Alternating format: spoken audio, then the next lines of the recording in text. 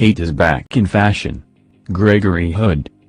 The photo below is from the same article, among other examples of Russophobia, and is from a restaurant in Albufeira. Stories that warn against a bigoted reaction against Muslims are practically a journalistic genre. Steve Saylor calls this a front lash. Such stories cast the non-Muslim population as a beast always on the brink of a pogrom against the Mohammedans. The terrorist attacks of September 11, 2001, instead of inciting Americans against Muslims, created this new moral code. Less than a week after the attack, President George W. Bush spoke at the Islamic Center in Washington, D.C. He lamented that the English translation of the Quran is not as eloquent as the Arabic original, but quoted it anyway. He then praised Islam, mainly because of its multiracial appeal. The face of terror is not the true faith of Islam. That is not what Islam is about. Islam is peace. These terrorists do not represent peace. They represent evil and war. When we think of Islam, we think of a faith that brings comfort to a billion people around the world. Billions of people find comfort, solace and peace. And that made brothers and sisters of all races, In the years since the 2001 attacks, Islam has gained traction in this country. Keith Ellison, who once wanted a separate black country in America, became the first Muslim congressman in 2006. In 2018, Ilhan Omar and Rashida became the first Muslim women elected to the House. They hardly match what we think of as the historic American nation. Islamophobia, or criticizing Islam, is considered a serious problem. Last year, The Washington Post said that Facebook had not done enough to remove the anti-Muslim pages. The House recently passed a bill introduced by Deputy Omar that would accuse the federal government of fighting Islamophobia not just in this country but throughout the world. It has since been presented in the Senate. Only Allah knows whether George W. Bush or Muhammad Atta had the best understanding of Islam, but it is far more politically dangerous to criticize Atta's religion than Bush's, even in what some Americans think is still a Christian country. This is remarkable because being a Muslim is not an immutable trait, but a belief. Insulting beliefs is generally considered less offensive than insulting someone for something he cannot change, although, in Islam, apostasy carries the death penalty. Majid Nawaz successfully sued the SPLC for being included in a journalist's manual, Field Guide to Anti-Muslim Extremists. This wouldn't have happened if being called anti-Muslim wasn't an insult that warranted a multi-million-dollar deal. It's hard to think of anti-Christians having the same sting. It is likely that if the September 11, 2001 attacks had not taken place, Islam would have been less powerful in this country. It has become insensitive to criticize Islam because Muslims can be portrayed as a persecuted minority. Now, civil rights groups carefully track Islamophobic crimes, acts and even statements. Every 9/11 commemoration generates stories about how the attacks hurt the feelings of Muslims. When Ilhan Omar complained about demands that she disavow Al-Qaeda or ISIS, the government-funded Voice of America celebrated with Ilhan Omar's challenge resonates with American Muslim activists. Contrast that with what's been happening with the Russians, and I mean Russians, not Russia. Many others are not making that distinction. The war between Russia and Ukraine does not directly involve the United States. Ukraine is not part of NATO, nor are we obligated by treaties to defend it. One might think that prejudice would be much less likely than after 9/11. However, people can freely insult Russians and Russian culture. The New York Times reported that Russian restaurants, even some owned or operated by non-Russians, were destroyed online and had cancellations and even property damage. People also threatened employees and owners. The Times explains that at a restaurant under attack, Russian officials voiced their opposition to the invasion and the store publicly supports Ukraine. CBS reports on the problems faced by Russian restaurant owners, but there is too much emphasis on the pro-Ukrainian positions of workers and owners. While its awnings display the word Russian, its workers declare that their hearts are with Ukraine, the article reads. This suggests that boycotts or vandalism may be justified. In Washington, D.C., vandals hit the Russia House restaurant, potentially bankrupting it. Someone put up a sign outside the building that said House of Assassins. One owner says the restaurant has received harassing phone calls, even though the owners are not Russians. The owner dropped the Russian flag in the restaurant. A woman renting an apartment above the restaurant said, "If they're not Russians in the first place, or if they're Russians and they don't support the invasion, I feel really bad for them." This suggests that there is a political test of sympathy. An NBC report covering death threats and bomb threats against Russian businessmen also underscores the opposition many victims have to the war. Again, if the purpose of the harassment was to force political statements, it is succeeding. A Texas restaurant called Taste of Europe even removed the word Russia from part of its sign. Russian classical music is so glorious that even the communists couldn't eliminate it. However, the Metropolitan Opera said it would cut ties with Russian artists or institutions allied, to use the state-funded NPR's word, with President Vladimir Putin.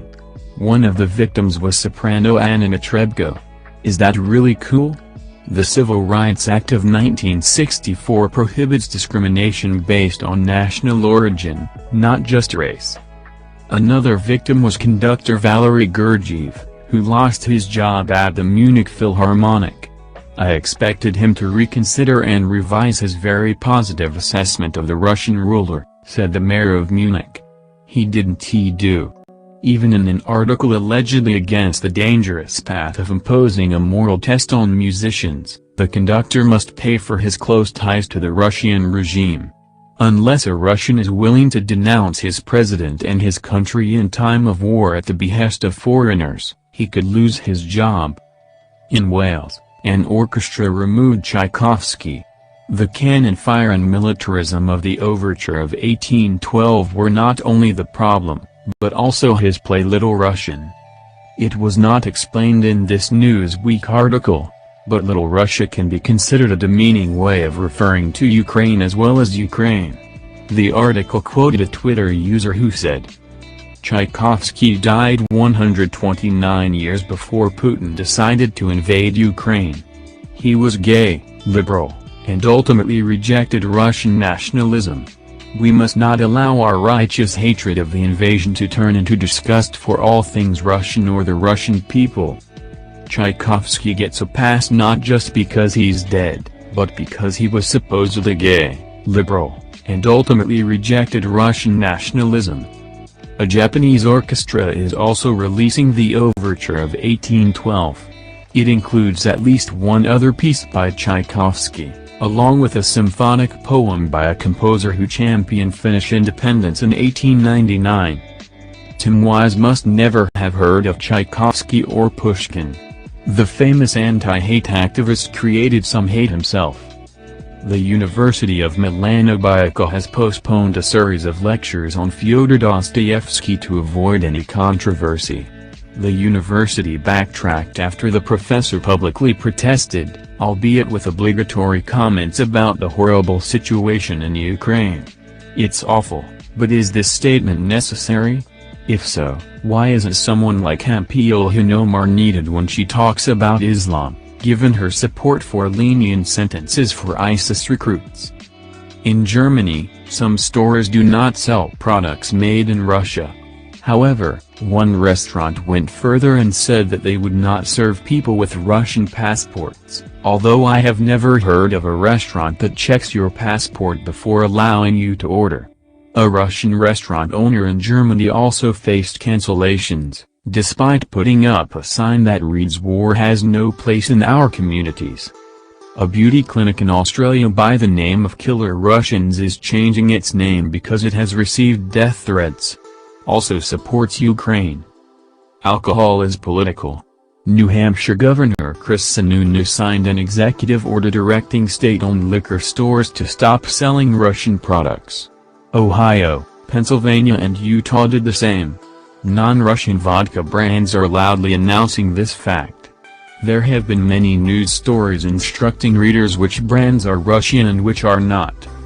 What prides itself on as the United Nations of Cat Federations, FIFE, has banned Russian-owned and Russian-bred cats from all competition because you cannot simply witness these atrocities and do nothing. FIFA has banned Russia indefinitely, meaning the country will not be able to compete in the World Cup. The International Paralympic Committee also banned Russian athletes. Some Russian National Hockey League players are receiving death threats. Russian Americans in Las Vegas are facing harassment and threats. A report by the Society for Human Resource Management alleges many cases of Russians being harassed at work. Corporate America is pulling out, at least 124 companies so far. Spotify removed content from RT and Sputnik. Russia banned Facebook, and Facebook cut EU users from RT and Sputnik. YouTube has blocked ads from Russian state-owned media companies.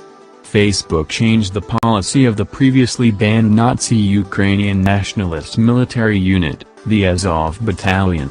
Now, he will allow praise for the Azov Battalion by explicitly and exclusively praising its role in the defense of Ukraine or its role as part of the Ukrainian National Guard.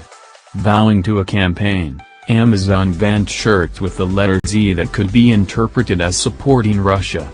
They are hardly the most offensive things sold on the site. Much of this is due to the tone the media coverage has taken, but there may be a larger context. President Barack Obama and Secretary of State Hillary Clinton wanted to redefine relations with Russia, contrary to the more aggressive tone of Republicans like Mitt Romney. Russia's role as the scapegoat for President Donald Trump's 2016 victory changed that, because it allowed Democrats to blame a foreign enemy. Keith Olbermann didn't say, shouted, just before President Trump's inauguration that America was about to be ruled by Russian scum. Russians are now the people it's okay to hate. After the Muslims attacked this country, the media denounced even a whisper of criticism. The generally anti-Putin Russian publication The Moscow Times ran an article about the situation in Russia called "She Signed an Open Letter Calling for Peace. So she was fired." Authoritarianism has cost some Russians their jobs. In this country, Russians and even non-Russians are receiving death threats and violence for doing nothing. We can debate which system is worse. Hate is back in fashion. Gregory Hood.